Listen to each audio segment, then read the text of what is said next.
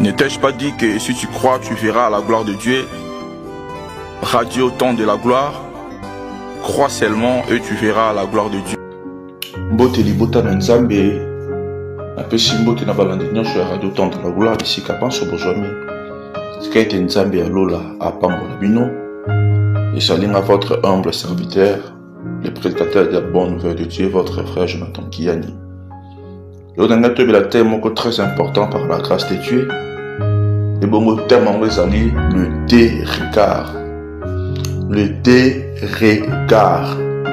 Regard est une manière de diriger les yeux vers quelque chose afin de voir. Tosambeli, tata, na pêché au lycée sous merci. Papa, na zone ici le coup monté au massage les yeux et pas une yo, pas battu au boni lengo. Na kabita mo ma boko no tata. Ngai na kita yo no mata. Ngai nani na sa devant micro pour na tia ni bota no yo bana tata. Le quoi naza moto poni kokisa ma pour mosa na yo. Naza simple instrument, mais ça la manazala un bon canal de bénédiction afin que bana ya bato bazwa part oyo tipa na yo pe ebungate dans le nom de Jésus-Christ. Quand il loba oyo et sala ni sala oyo tindela ka mona tamu na lelo dans le nom de notre Seigneur Jésus-Christ qui est le maître suprême que j'ai ainsi prié. Amen. Dans le thème de Bishop, on a le dé-regard. Bah, regard ni balai. Regard, on a sa manière de diriger les yeux vers quelque chose afin de voir. Dans le regard, ils ont le ligné à côté sa mission. Le bosso, tout le colo est loco moko, pona, komona. Tout le monde a un sobe, il y a un regard à ma belle. Tout le monde a un sobe, pourquoi on a un regard partout, boy? Bien aimé, en ce qui concerne le regard, miso souvent est l'ingaka komona. Et puis bato balobaka que miso souvent est talaka bisika ya mabe parce que miso en soi et ba te que sika les mabe to malak parce que la faculté na ngote. Miso mosala les komona et bon ba eloka yebaka que sika les mabe to malak c'est le cerveau parce que miso tanga kotala akopesa image et pas le cerveau et puis cerveau akoyebisa nzoto oyo yebi par rapport à loko mutatali. Ce qui un jour balakisa montre que oyo za manque ba prenait que oyo za manque le jour à mon le sous cerveau yebisa monto que oyo mon les a manque parce que ba prenant monto que oyo les a manque. Donc on peut regarder sans voir. Mais quand on voit ce qu'on a regardé, moutako tala sans mona, mais mouto nyonso moni se katala ki. Est-ce que la moto moko comprendre nga? Na yo moto ko tala sans mona, mais moto oya moni se katala ki. Et na matière ya ko mona et ce moto ba été miso tala akaka. Mais moto yebisaka miso eloko oyo eza boye. Ezali cerveau. Wana oyo ezali un point ce qui nous a appris dans l'anatomie. Autant dans Nzambe, dans mon canal Genèse chapitre 13, verset 8 jusqu'à 15, je lis au nom de Jésus. Abraham dit à l'autre, qu'il n'y ait point, je t'ai pris des disputes entre moi et toi, ni entre mes bergers et tes bergers, car nous sommes frères. Tous les pays n'est-il pas devant toi? Sépare-toi donc de moi.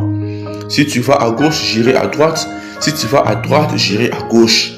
Lorsqu'il leva les yeux et dit, et vit toute la plaine du Jourdain qui était entièrement arrosée avant que l'Éternel y détruise Sodome et Gomorrhe. C'était jusqu'à Tchoar, comme un jardin de l'Éternel, comme le pays d'Égypte. Lot choisit pour lui toute la plaine du Jourdain et il s'avança vers l'Orient. C'est ainsi qu'ils se séparèrent l'un de l'autre.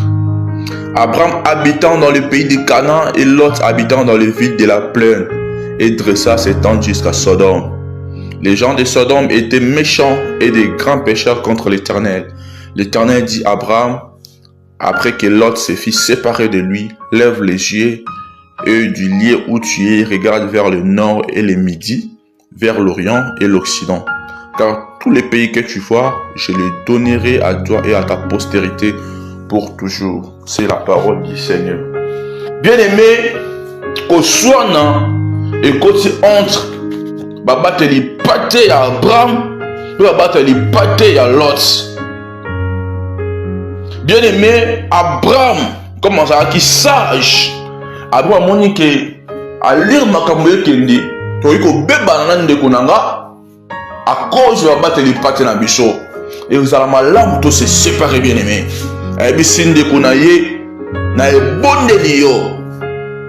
Na lingi le sous-souté ba dispute ezala entre yo nanga. Pe ezala te entre babateli pate na babateli pate nanga pamba te tozali bandeko. Parce que aussi longtemps basali baoyokana te et ko influencer même ba maître pour que ba porte ba conflit parce que mosali nya sa ma rapport ya mabe pas ya maître na pour na mosali ya moto mosusu et pour maître à penser que maître on doit dire na mosali na sala boye donc écoute la confusion. Abraham a joué les canis.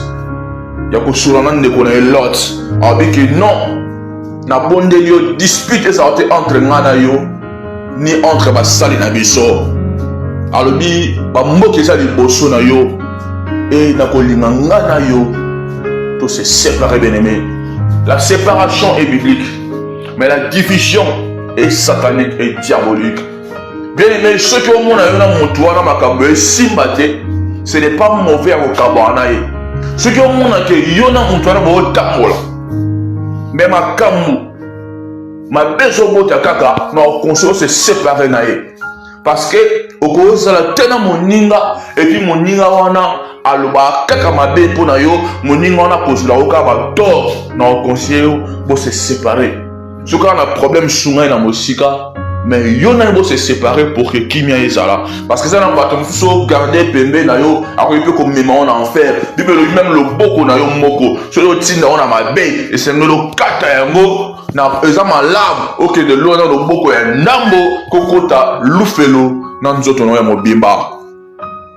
Bien aimé, l'autre tomboli miso pe l'autre a moni plein ya Jourdain lui est pessi ba critère et ça qui entièrement rosé et bon l'autre mamona a sepeli na yango a sepeli na bisika o amona ki bible lobi ça qui logo la jardin de l'Éternel ils allaient quoi elanga ya Yahweh donc c'est que bisika o na kotala boy et ça qui toko bien aimé l'autre a poni plein ya Jourdain puis a avancé vers l'Orient na boyende ba kabwani na Abraham et bon Abraham avandaki na Canaan et bon au place l'autre akendaki bato bazalaki malamu te batasolo baleko tambola malamu te liboso na Nzambe suite Nzambe ayaki koboma Sodome et Gomorrhe.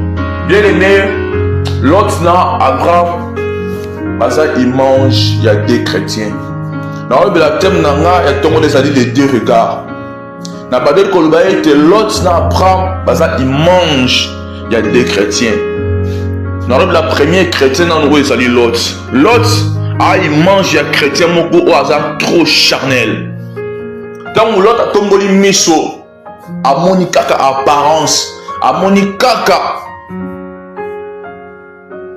oyo ngenga amoni kaka oyo sepeli sa miso na ye. Bien aimé, eza lolinga ba chrétien mingi lelo ba chrétien mingi ba olinga kaka vi moko lix. Ce n'est pas mauvais ya kolinga lix mais il faut yeba nini o lix wane bombi. Eza ba chrétien mingi ba trouver ka plaisir na o miso na ezo mona a sepela kana o miso na mona donc il y a une vision na ye eza ko se limiter na o ya zo mona bien aimé. Les chrétiens mingi lelo, il ne fait pas des choses par conviction. Tout ce qui n'est pas produit une conviction, c'est un péché. Chaque temps où il salara makam, il s'entendra convaincu mais au salengo pour missionner ce peu au salengo, il va go sum. Zan ba to musus, ako pone la mawana, alati yango. Ata il a mambo etiki ba parti na to libanga, kapa sepele non pas toi sepele non na magasin. Mais pas jus et lamba. À moins que lamba ils ont descendu et lamba il a conseillé pour la moi dans sa bête malade. Alors que la Bible dit la femme doit se vêtir avec modestie et pudeur. Mais le coup de lamba ne s'est plus si missionnaire. agir malati. Et ça, les chrétiens, ils l'ont bien à chrétien. Mais pourquoi le téléphone on est séparé ça? Après on s'est kindumba, après on va 5 balles quand on chôma iPhone, mais on le bagaza chrétien. Et là mon sous quand on va séparer là comme monde va dire qu'on l'a bien, pas ça l'a bien, il pas la poste dans nda quoi bien, il pas la poste dans mon amour tout cas. Après il y a même un homme marié. Pourquoi qu'à poste na iko ça? Ma bébé va comme moi dans Nzambe. Le premier regard, c'est un mauvais regard. C'est un regard qui est dirigé vers le monde. C'est un regard qui est dirigé vers les choses charnelles. Mais il s'agit des choses qui sont périssables, bien-aimés. Tu cherches à tout avoir. Mais de quelle manière? Le premier regard ne cherche pas la volonté de Dieu. C'est un regard qui est lié au corps, au sentiment corporel, bien-aimé. Et puis ça te détruira. Moko nzoto wanga na yo moko nzoto ekoposa na yo kena ko pito mona na mona basi kitoko ko suka mabe na bo pito na mona mbala mbinga bien-aimé ko kufa lo ba soso bien-aimé que mal na regard na bien-aimé. Le premier regard est un regard moya malamu te. À travers ce passage l'autre Asa il mange à malamu te pour la biso ba Christ alléluia. Est-ce que toi tu cherches la volonté de Dieu? Est-ce que toi tu choisis pour tes sentiments ou aussi pour Dieu? Au côté de la boîte de nuit pour se séparer en amour. Mais ma camini au mis de mon amour. Au côté de la boîte de la caleçon à pam. Et ça va tout miner le va se séparer au côté de la film pornographie. Nous avons été surpris dans Facebook. Ma commune numéro. Il y a un groupe WhatsApp en ce qui concerne le film pornographique et les images pornographiques. Mais la côté on va commenter, mais la moitié de qui va numéro, ça va monter ma passe. Tout au public qui prédication, va t'en avoir bête à cara. Tu as le TikTok blog, tu dois chercher. Tu as le YouTube blog, ça va vie. On va dire une bêtise, on va dire une côté de blog, ça va tirer. Si il y a un TikTok qui va faire les bandes dans TikTok, après ça dit ciment, tout le monde va s'abonner. Ceux qui montent dans YouTube, fini back à l'obéi makamabe à ça qui boit je suis boy au moins la vie est belle pasteur Marcela c'est qui boit depuis c'est ça qui boit un mauvais regard. Tu es toujours là pour regarder la vie des gens. Tu es toujours là pour ne côté la makambe zamatina et ça qui n'en passe maramanzamba batabeta ngo gara mutu so linga visiter au terre sika mutu so linga visiter apona boîte à sika mutu so linga ke mona. Et donc, c'est le amis mais pas ça la église dans le quartier. Avant sur l'église, on va tenir qu'il y a un temple à ma lame afin que les gens ne puissent pas on s'est pélaté, on s'est pété. Mais si on va dire que tel on va place pour les autres fêlés, on va mais à ça, moi, on a un salle. Mais Seigneur, tu as changé le regard dans le biseau. N'est pas conseiller mon tomo à travers cette prédication qui changé regard na yo. Regard na yo fait à la diriger vers le ciel. Parce qu'à travers ces passages, Abraham Asa un bon exemple. Asa il mange d'un chrétien qui est spirituel. Un enfant de Dieu doit diriger son regard vers Dieu ciel. Un enfant de Dieu ne force pas les choses. Un enfant de Dieu ne force pas. Moi, je suis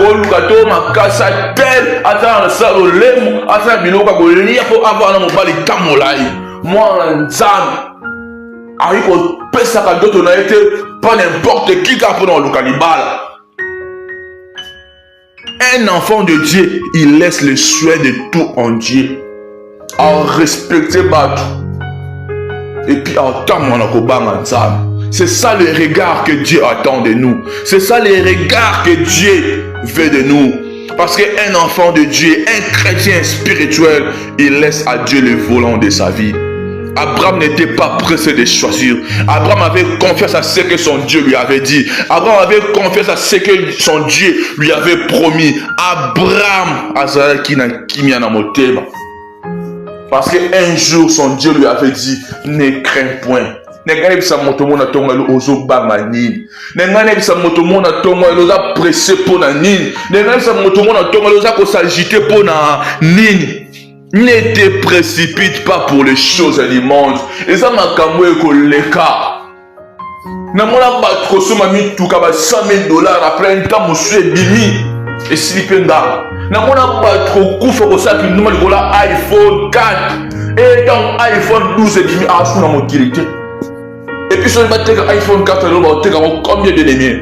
Ne te précipite pas, sois patient. Aie confiance à Dieu. Si quelqu'un Nzambe atambo sayo. Ce qu'on a jugé ma kamna non au monde la ngo. Ce qu'on a pona ma kamna non au monde la ngo. Ce qu'on a landa bat na non au monde. Au salaba bien belé. Que aucun enfer. Le quoi ya bina ki boy nga pena bina boy. Le quoi ya tikala ki bo lumbo pena tikala bo lumbo. Le quoi ya publier nga pena publier. Le quoi ya sari pour sa vie nga pena sari pour sa vie. Le quoi ya se comme ça boy. O sala makambo na nyonso ni. Nenga kina conseil moto mona tongo lelo. Nenga kina yemisa ndeko moko na tongo lelo. Que vina yo za pressé liboso nza. Comme vina yo za pressé liboso nzande. Et sengeli au diriger regard vers ma kama malam. Tia ko tala ka makama be, tia ko pona ka makambo ya mabe. O nyon se ngenga ka isa wolote. O nyon se pareta ka bon isa wolote. Yore se mo sembela ka nzam, nzamba pesa esprit à révélation. Un enfant de Dieu doit avoir la révélation. Un peuple sans révélation, c'est un peuple sans frère. Dans le monde en Nzam, à cause de vos révélation, ils font n'importe quoi. Ils touchent à n'importe quoi parce que dans la révélation. Moi, en Nzam, qui boudi. Moi, en Nzam, qui boudi. Bien aimé, quand Dieu dirige ta vie, quand Dieu est au volant de ta vie, il prendra le contrôle de tout. Radio Temps de la gloire, vis ta gloire avec le Maître suprême Jésus-Christ de Nazareth. Suivez-nous chaque lundi, mercredi et vendredi à 7h30 heure de Kinshasa. Que Dieu vous bénisse.